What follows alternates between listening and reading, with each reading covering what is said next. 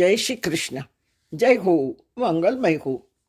કામાગ્નિએ ભલાઓના જીવનોને નષ્ટ કર્યા છે.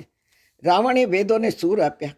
રાવણ જેવો શિવ ભક્ત જગતમાં કોઈ જન્મ્યો નથી અને જન્મવાનો પણ નથી. પણ માં સીતાજીના રૂપમાં એટલો મોહિત થયો કે રાવણ મર્યાદા ભૂલ્યો.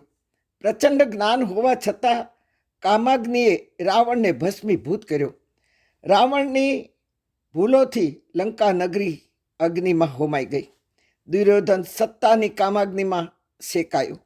સાથે એણે જેને જેને સાથ આપ્યો તેઓને પણ એને શેકી નાખ્યા. સાથ આપનારા લાલચુ, લોભી, ડરપોક રાજા રાજયોગને પણ દુર્યોધને પોતાની સાથે જાણે બાળી નાખ્યા.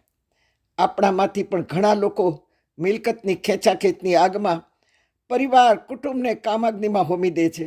પણ યાદ રાખવું બહુ જરૂરી છે કે જે આપણું નથી તે આપણી પાસે આવ્યા પછી પણ નથી રહેવાનું, ચાલ્યું જ જશે. અને જે ચાલ્યું ગયું તે આપણું નહોતું, માત્ર જોવા પૂરતું અથવા આપણને સાચવવા પૂરતું જ આપ્યું હતું. જો આપણું હોત તો જાય કેમ? અને જે જાય તે આપણું ન હોઈ શકે. તે જાય એને જવા દો, આવે એને આવવા દો. માનવનું કે મને સંભળાવવાનું કીધું હતું કે મને સાંભળવાનું કીધું હતું કે મને સંભાળવાનું દીધું હતું. અરે આ જીવનનો શ્વાસોશ્વાસ પણ આપણો નથી. હા, આપણે જેને સગા માનીએ છીએ તે સગા છે પણ વહાલા નથી, અને જે વહાલા છે તે સગા નથી. આપણા શ્વાસને પવિત્ર કરવાનું કામ આપણે જ કરવાનું છે. ઉદ્ધરેદ આત્મનાત્માનમ નાત્માનમ વસાદયેત. આત્મનો બંધુ આત્મૈવ હરિપુરાત્મન. તું જ તારો બંધુ છો અને તું જ તારો શત્રુ છો. પ્રભુ ભગવાને ગીતામાં ચોખ્ખી વાત કરી છે. અરે આપણું શરીર, આપણું મન, બુદ્ધિ, શ્વાસ, ઇન્દ્રિયોને આપણે સંભાળવાનું જ કામ કરવાનું છે. ઇન્દ્રિયોનું સાંભળવાનું કામ નથી કરવાનું, સંભાળવાનું કામ કરવાનું છે. આગળ મેં કહ્યું ને કે 3 પ્રકારના અગ્નિ આપણામાં છે. ક્યાં વાપરવા, ક્યાં નહીં વાપરવા એ આપણે નક્કી કરવાના છે. ભગવાનની જબરજસ્ત ગિફ્ટ કોઈ હોય તો આ 3 વાતો છે. વિચાર શક્તિ, વાણી શક્તિ, વર્તન શક્તિની ગિફ્ટ ભગવાને અદ્ભુત આપણને આપી છે. ફ્રી વિલ આપ્યું છે, ઈચ્છા સ્વાતંત્ર્ય આપ્યું છે, વાણી સ્વાતંત્ર્ય આપ્યું છે. આપણી બધી જ શક્તિઓ પ્રભુએ પોતાની પાસે રાખી છે. ઈચ્છાઓ આપી પણ શક્તિ પ્રભુ પાસે. આપણે વિચાર કરી શકીએ છીએ પણ એ વિચારને સારું ખોટું એ જજમેન્ટ પ્રભુ આપે.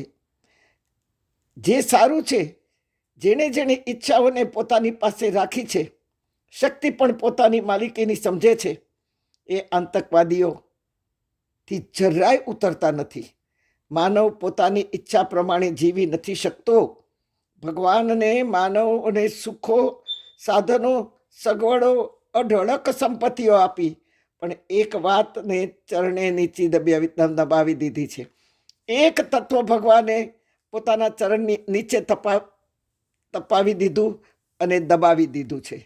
તપતું છે. આ જે દબાવ્યું છે તે તૃપ્ત છે, સંતુષ્ટ છે. આવી અદ્ભુત શક્તિ ભગવાને માનવ પાસેથી છીનવી અને પોતાના ચરણ નીચે દબાવી છે.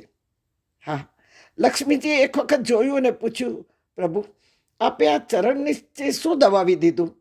બધું જ માનવને તમે ફ્રી આપી દીધું. બુદ્ધિ આપી, તારી વિચાર શક્તિ પ્રમાણે ખીલાવ. મન આપ્યું, ઠીક લાગે તેમ કર.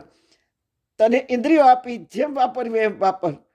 પણ છતાંય એકાદ કઈ એવી વસ્તુ કે તત્વ છે કે જે આપણા ચરણની નીચે દબાયેલી છે? ભગવાને કહ્યું, દેવી, શાંતિ, પરમ શાંતિ મારા ચરણ નીચે છે. કારણ કે કામાગ્નિથી દાઝેલો માનવ આખીર મારે શરણે જ આવવાનો, અને ત્યારે જ એને શાંતિ મળશે. ત્યારે એ મારા ચરણ પકડીને ઊભો હશે. હા, એ હું એને આપી દઈશ. આવો પ્રાર્થના કરીએ.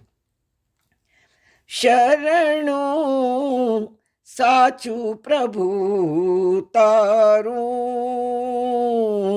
દૈન્ય મીટે જુગ જુગનું મારું, નામ સ્મરું તારું શરણું, સાચું પ્રભુ તારું.